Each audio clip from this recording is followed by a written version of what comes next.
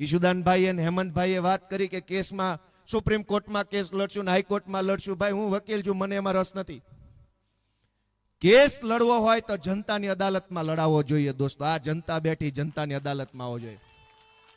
આપણી પાસે બે અદાલત છે દોસ્તો. એક છે સરકારે બનાવેલી અદાલત અને એક જનતાની અદાલત. સરકારની અદાલતમાં તો 50 વર્ષે ચુકાદો આવે ત્યારે ત્રીજી પેઢીના છોકરા આવી ગયા હોય, આપણે વધ્યાય નો એવો ચુકાદો જોઈએ નહીં. અહીંયા તો અત્યારે જ કેસ મૂકો ને કાલ ચુકાદો આવવો જોઈએ. આવે છે ફેબ્રુઆરીમાં ચૂંટણી, જનતાની અદાલતમાં કરો ચુકાદો બધા ભેગા મળીને. હવે સુપ્રીમ કોર્ટ ને હાઈકોર્ટ ને એ તો સરકારી વકીલ ને સરકારી પોલીસ ને સરકારી માણસો, ભાઈ એ તો બધું એનું. તો ચુકાદો આપણા તરફેણમાં નો આવે, એ તો એની તરફેણમાં આવે. આપણો ચુકાદો લેવો હોય તો કેસ જનતાની અદાલતમાં 2027માં આવવાનો છે ને. એક બાજુ વકીલ તરીકે આ પાર્ટી ઊભી છે ને એક બાજુ ગુનેગાર તરીકે બીજેપી પાર્ટી ઊભી છે. અને તે દિવસે આ જનતાની અદાલતમાં ચુકાદો થવો જોઈએ પરફેક્ટ. પણ જનતાની અદાલતમાં જો ચુકાદો નબળો આવશે તો પછી સરકારની અદાલતમાં હારા ચુકાદા કોઈ દી નો આવે. એ તો સરકારની અદાલત છે, જનતાની થોડી છે.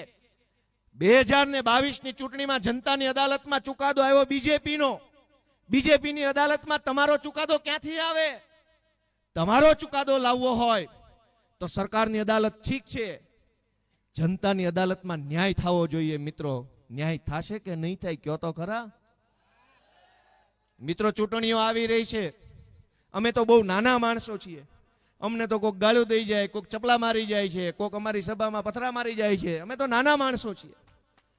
અમે તો બહુ તો મોટા મોટા કદાવર નેતાઓ સામે લડી શકીએ, અમે મોટી સત્તાઓ સામે બોલી શકીએ, જેલનો ડર ન લાગે એવી રીતે લડીએ.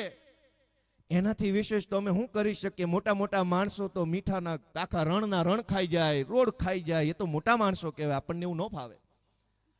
મિત્રો, અમે નાના માણસો છીએ, સામાન્ય પરિવારમાંથી આવીએ છીએ. સામાન્ય પરિવારના ખેડૂતોની પીડા અમે સમજીએ છીએ. પશુપાલક, ખેડૂત, ખેતી મજૂરી કરતો માણસ, ભાગવું રાખનાર માણસ, એની પીડા સમજનાર પાર્ટી જો આખા દેશમાં કોઈ હોય તો એ માત્ર ને માત્ર અરવિંદ કેજરીવાલ ને આમ આદમી પાર્ટી છે. દોસ્તો, હમણાં માવઠું આવ્યું ગુજરાતમાં અને પંજાબની અંદર પૂર આવેલું, અતિવૃષ્ટિ થઈ. જ્યારે પંજાબમાં આમ આદમી પાર્ટીની સરકારે રાહત સહાય જાહેર કરી ત્યારે એને ખેડૂતોને વળતર આપવાનો પણ નિર્ણય કર્યો. ભાગવું ખેતર વાવવા રાખ્યું હોય એને પણ વળતર આપવાનો નિર્ણય કર્યો. અને જે લોકો ખેતરે બીજાના ખેતરે મજૂરી કરે છે એને પણ વળતર આપવાનો નિર્ણય પંજાબની આમ આદમી પાર્ટીની સરકારે કર્યો. દેશના ઇતિહાસમાં પહેલીવાર એવું બન્યું કે ખેડૂત, ભાગવું રાખનાર અને ખેતી મજૂરી કરનાર ત્રણેય વર્ગનું ધ્યાન રાખવાનું કામ આમ આદમી પાર્ટીની સરકારે કર્યું. અને ગુજરાતમાં શું હાલત છે? ખેડૂતના હાથમાં હજુ કાણી કોડી સહાયની આવી નથી. માવઠા આવે, અતિવૃષ્ટિ આવે, જરૂર હોય ત્યારે પાણી ન આવે અને ખેડૂત પાયમાલ થઈ જાય, કંટાળીને થાકીને જમીન કંપનીઓને આપી દે એવી પરિસ્થિતિનું નિર્માણ આ ભાજપે કર્યું છે.